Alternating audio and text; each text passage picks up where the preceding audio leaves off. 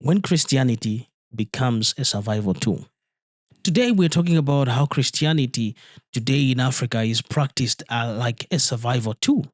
Many prayers today are not prayers of faith, they are prayers of fear. People lift up voices to pray because they are afraid to lose, they are afraid to get sick, they are afraid to be attacked by evil spirit, viewing Christianity as if it was an accessory that one would use in their time of trouble. But Christianity is more than that. We know Christianity ought to be a relationship between man and his creator. Alas, it has been used as just a tool for survival in Africa today. What we have in Africa is a fear-based Christianity, a Christianity that is afraid of bad dreams, a Christianity that is afraid of curses, a Christianity that is afraid of witchcraft. And what the result there is that Christianity or God himself becomes a sort of a shield that one can pick up and put down any time.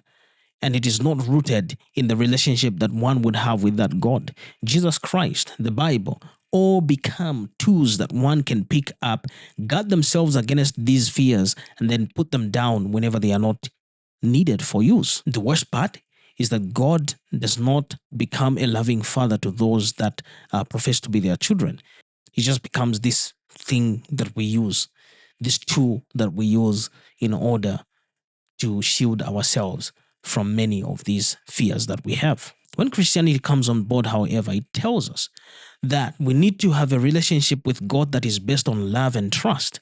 And we know that perfect love casts out all fear. When the love of Christ has been fully realized in our own lives, we will not be afraid of these things, and neither will we practice a Christianity that is double-minded.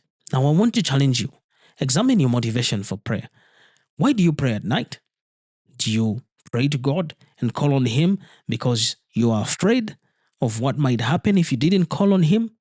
Or you just trust that the Lord is your Father and you love Him and He loves you and He's going to protect you whatever the cost? Why do you pray? Finally, I will tell you that superstition is born out of fear and it creates more fear. But love creates trust, and trust in the one true God and in nothing else. Not in a charm, not in any form of protection, but in God and Christ alone.